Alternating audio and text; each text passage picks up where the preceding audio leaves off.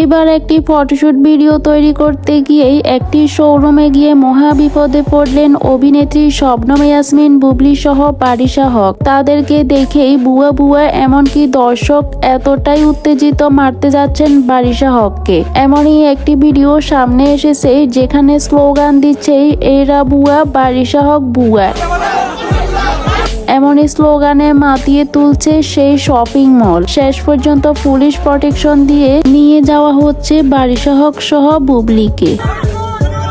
এই ঘটনার পরে বিচার চেয়েছে শবনম ইয়াসমিন বুবলি। এবার একটি নিউজ পোর্টাল চ্যানেলে নায়িকা জানিয়েছেন সঙ্গে যেটি হয়েছে সেটি অত্যন্ত জঘন্য একটি কাজ, যেটা করেছে তারা সেভাবে মিটিয়ে নেই। যেখানে আমি প্রেজেন্ট ছিলাম এভাবে বলাটা কখনো উচিত হয় না। আমি বড্ড লজ্জিত হয়েছি। যদিও পরপর কয়েকটি ভিউয়ার্স, বুবলির এই মন্তব্যের সাথে কে কে একমত কমেন্ট করে জানাতে ভুলবেন না।